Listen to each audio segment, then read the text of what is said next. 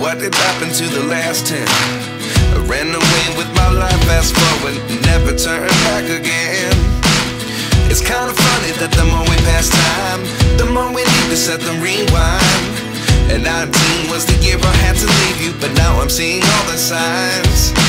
Is this really happening? I can't believe it's true. I'm just as surprised as you. Guys, welcome back to my channel. So for today's video, ay nako. So pinasok kami ng Ratatouille. So yun, pinasok kami ata. Hindi ko lang sure kung daga talaga yon yung doon sa may kitchen namin sa labas. So, na-organize ko na diba sa labas. So, nakabili na ako ng mga paglalagyan mo, ng mga onions, garlic, lahat ng mga magic sarap, yung mga ganon din, yung mga soup. So, nakapag-grocery kami ni Nanab. So, nung nakaraan na week. So, kanina, pagdating namin ng umaga. So, napaka-aga namin dumating dito kanina. So, mga past 6 AM. So, usually, yun naman talaga dating namin dito. So, past 6 AM, dumating na kami dito. So, check. Kasi pagdating ko agad dito, sabi sa akin, yun na, patulog ka na muna bago ka mag-ayos na naman. Kasi wala akong ginawa dito kundi mag-ayos ng bahay. So, mag-isip ko ano ba yung mas maganda pa. So, kanina, pagpunta ko ng kitchen, syempre, check ko na, diba? So, syempre, yung wifi, yung broadband, check ko kung okay ba, nakakabit pa rin ba siya. Kasi dinikit ko sa mismong kitchen, sa mismong wall. So, kanina, pagbukas ko, grabe, nagulat ako. Kala mo, isang monster ang pumunta doon. Nakakalat yung mga onions, yung garlic, tapos yung mga magic sarap, yung Knorr cubes, lahat. Nakain silang lahat. Ultimo, yung pinakita ko dati na kasi nagluto ako, nag-aantay pa kasi ako na pang-organize ko dun para sa mga condiments, para dun sa mga soy sauce, sa mga fish sauce. So yun, nakalagay lang siya dun sa pinaka-round na parang umiikot na para may ikot mo siya pare-pareha. So organizer na dito. So yung mga pinili ko kasi organizer for onions is parang ganito. Pakita mo sa inyo. So, puro mga ganito ang binili kong organizer. Ayan, nakikita ninyo basa pa yan. Kasi lahat yan, hinugasan ko before ako matulog kanina. Sobrang inaantok pa ako kanina sa aga namin nagising. So, yun, yung mga organizer na ito, yung mga pinaglalagyan ko ng mga onion, garlic, so yung mga yan, luya, so yan. Ito ang ginagamit ko.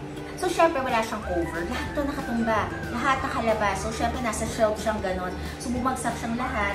Then, isang organizer ko naman, isang mahabang ganon. Actually, pwede rin siya sa ref na ginagamit.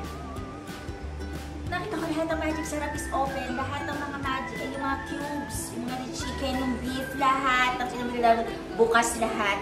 And nag-oil na siya sa lahat. Nag-oil na siya. Hindi ko lang alam kung ihiba yun nung daga or ano. Ewan ko kung laway ba. Hindi ko din alam eh. So, ang ginawa ko, tinapon ko na lahat. So, syempre, di ba, mahirap na. Kasi, walang way, sabi nila na baka daw pusa, walang way para pumasok ang pusa dun sa may likod. Dahil lahat yun, naka-gills eh. At ang gills eh, mga scores ko, paano siya papasok dun? So, ang nasa isip ko, kasi hiwalay siya, pati yung trash can na walang laman. Kasi hindi mo kami nag-iiwan dito ng ano eh, ng basura. Nakatumba rin yung basurahan. Then, yung natirang gabi, na pero pa kami isa pang gabi, nandun din sa sahig, yung onion, nakagulong, lahat. So, grabe sabi kong ganon. Kaya bago ko matulog kanina, ang ginawa ko ay inayos ko muna, hinugasan ko lahat yung mga organizers sa ganito, tinanggal ko lahat. Ultimo yung mga bottles ng mga soy sauce, fish sauce, so lahat. Ang ginawa ko doon, hinugasan ko lahat. Pinunasan ko lahat ng ano, yung pang-cleanser namin. Pinunasan ko. And then, pati yung mga side, kasi meron kami, diba yung kinukwento ka before na meron kaming Clorox na parang pang-spray. So, yung so medyo matapang kami na pinag-spray ko yung mga gilid. Kasi kami, fake grass kami. And at saka pa nga pala mga kalakotseras, yung nilagay namin na yung grass na fake, kinalbo niya. As in, merong part doon, papakita ko dito na, as in, wala. Alam niyo kung saan niya nilagay? Sa ilalim, nung mismong ano, kasi buo siya na figures, nilagay niya sa ilalim. Yun, nilinis ko lahat yung tinapon ko, then sinama-sama ko na. So, yun. And now, pagkagising ko, so, kasi may tumawag sa akin na parang entrego, para may i-deliver sa akin. Entrego ba yun? Basta yun. Pagbukas ko na naman doon para i-check, sabi ko na, yung narinig ko kanina sa room, na parang may tumunog, siguro bumalik na naman siya kasi yung tinapon ko, yung trash bag na nakatali na. Nakalabas yung tinapon ko na pinalinis ko na basahan. And yung pinanglinis ko kasi na sponge, tinapon ko na. Syempre, di ba kasi ginamit ko, baka mamaya nga naman nakain ng daga so baka maano pa kami. Tinapon ko rin yung sponge. So, pinaltang ko. Lahat siya nakalabas ngayon. So, ngayon, namumulema ako ngayon kasi sabi ko, ano ba yan? Sabi ko, gano'n ba kalaki? Parang feeling ko malaki siyang daga. So, hindi ko lang din alam kung saan siya nanggagaling. Kung sa kabila bang side na unit, sa harapan na unit, or dito sa likod ng aircon. Kaya lang dito sa likod kasi ng aircon, doon kasi namin ino-on it off yung water. Pero imposible kasi daanan yon, as in wala namang siyang pwedeng pagtaguan doon. Pwede kasi siguro doon siya dumadaan or saan, hindi ko alam kung saan siya dumadaan or baka sa kabilang unit. Kasi kabilang unit kasi parang nakatambak yung mga gamit nila doon, yung mga luma nilang gamit. Nakikita ko siya sa pinaka, kasi meron siya parang ano nakalagay na parang mga girls nga. So yun ang i-check ko ngayon. Kaya ngayon, mga kalapatseras, naghahanap na naman ako online ng mga pwedeng organizer ng mga onions, garlic na meron na siyang takip. So yun, kasi syempre hindi ko na din naman siya pwede itabi dito kasi nagluluto ka doon sa labas. So yun ang titignan ko ngayon mga kalapatseras. Naghahanap ako ulit ng bagong na mga organizers na meron ng lid. So kailangan ko na may mga takip. So yun mga kalapatseras, grabe akala ko tapos ipag-ilinis ko kanina. Hindi pa rin pala. So yun, ngayon, naayusin ko na ulit yung likod. Natatakot talaga ako luwas. Para kasing si feeling ko, malaki siya. Malaki siya. And nga pala, pati yung kasi hindi ko pa naililipat yung cooking oil sa lalagyanan. Kasi inaantay ko rin nga in-order ko na parang mga lalagyanan ng mga cooking oil and mga soy sauce. Pati cooking oil, ininong pa ata niya. Butas sa pinakagitna, as in napakalaki, hindi ko alam kung ano, nakakalat yung oil niya. Buti na lang nag-inis ko na lahat siya kanina. Pero feeling ko, bumalik pa rin siya kanina. So, yun. So, yun mga kalapatseras, pakita ko rin sa inyo kung hindi ko alam kung paano ko muna ayusin itong mga pinaghuhugasan ko, pinagtatanggal ko sa mga organizers na to. So, or yung mga organizer na mga pinagbibili ko before. So, yun mga kalapatseras, bibili ako, maghahanap muna rin ako kung saan ako pwedeng bumili na seller na medyo maganda at hindi mabubuksan kahit mabangga nila kapag bumalik man sila doon sa kitchen. So, ito mga kalapatseras, so yung mga yan, nahanapan ko kung ano yung pusan ko siya, pero kasi nabawasan na siya. Itong mga to, nugasan ko na rin to kanina. Actually, sinabong ko na rin yan. Yan yung mga yan, hindi ko na alam kung sa lalagay. Then, ito, kanina napansin ko, parang meron siyang madilaw-dilaw na sa loob yung pinaka-salt. Kaya tinapong ko na siya, nugasan ko, pinalitan ko na. And also, ito. So, ito naman, okay naman siya. Takip lang ang hinugasan ko kanina. So, yan, ito, yung tatlo kong ganito, hinugasan ko na. And lahat ng mga to, pinaghuhugasan ko siya and also ito. So, ayan na yung lahat, yung knife na nakalagay doon, and yung mga organizers na isa. Ito, yung pinaglalagyan ko ng mga knife. So, yung mga yan, and yung magic sarap, kasi naka-open yan dyan. Nilinis ko na lahat yan ngayon. So, ngayon, iisip ko muna ngayon kung saan ko siya ilalagay. And mga kalapatseras, dumating na nga pala yung organizer ng mga food, yung mga container na pinili ko.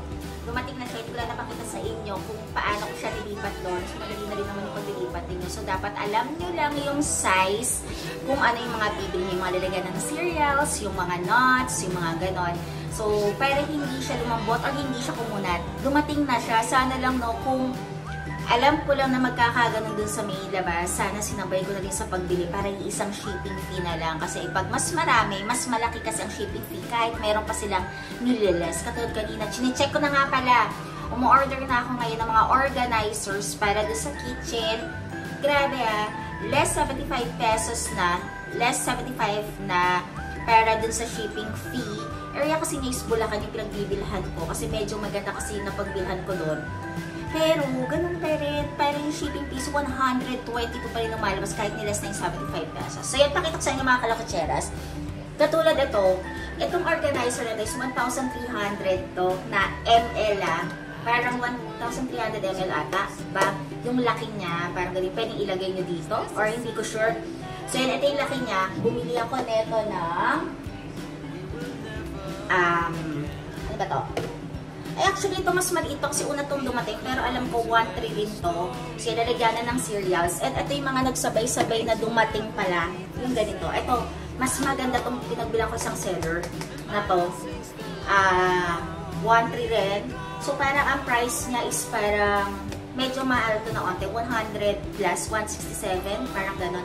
Isa. So, ito lalagyanan ito ng mga corn para pag ino-open mo nga pala siya, ano wala siyang butas sa taas. So, ang gamit lang niya is para ma-open mo siya. Ayan. Diba? Ang galing niya.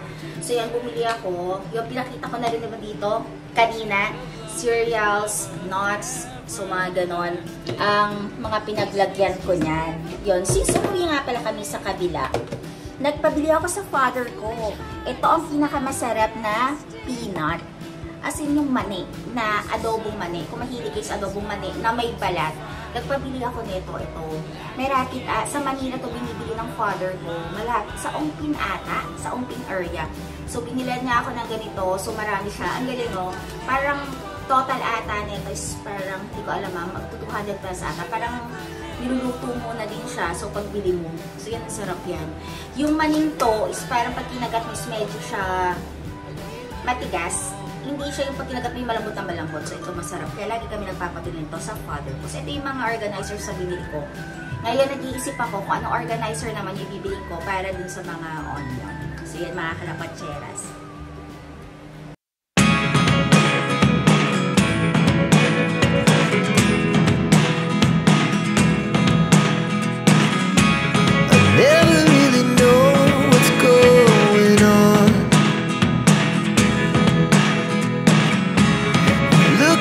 Sometimes like all you want to do is run. Hear me out, hear me out. If all the things you never show, there are the things I want to know. Secrets start in your heart so slow.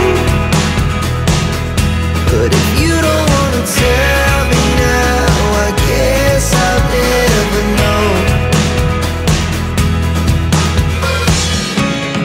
Losing almost all. So, ayan mga kalakwatseras, naayos ko na muna silang lahat. So, dito muna sila pansamantala. So, habang hindi ko pa siya pwedeng ilagay mismo doon sa labas namin. So, dito ko muna siya ilalagay. So, ayan. Ganyan talagang pagkakaayos niyan before. Yan. So, andito yung luya, yung garlic. Ito yung onion. So, yan. And then, ito. So, yan. Ganyan yung pagkakaayos niyan. So, ngayon, dyan muna sila pansamantala hanggat inaantay ko muna yung in-order ko muna online na ipapalit ko para sa mga organizers na mga to. So, dyan muna sila sa sink mo na malapit. So, ayun mga kalakwatseras, naayos ko na siya ngayon. So, ngayon nakapagtimpla na rin ako ng coffee ko. So, ngayon pa lang ako kakain ng breakfast. So, medyo late na yung pagkain ko ngayon ng breakfast ko. So, baka mag-ano na lang ako. Cheesecake na lang din ako. Itong butter cookies ng M&S. So, yun. Ito na lang muna yung kakainin ko sa ngayon. And nga pala mga kalakwatseras, kung mapapansin nyo na dito sa side, pakita ko sa inyo. Ayan. Wala pa rin yung sofa. Ayan, no? So, dyan pa rin kami umuupo kapag nanonood kami ng TV. So, kinanta ko nga pala yung nagpapalit or mag-aayos ng pinaka-sofa namin and yung sa reclining chair namin.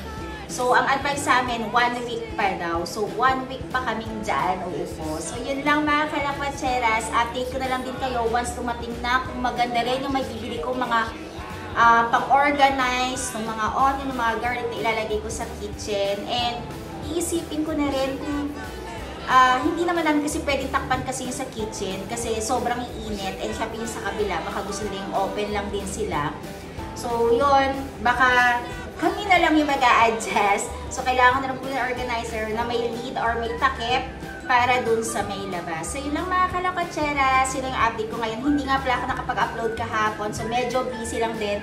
And sobrang nagpahinga lang kahapon. So, yun lang mga kalokotsera. And mga kalokotsera, so hindi pa po nagsasubscribe sa YouTube channel ko, please subscribe na po. Jana Kotseras pa rin po. And please like, share pa rin po itong YouTube channel ko. See you lang po. Bye-bye!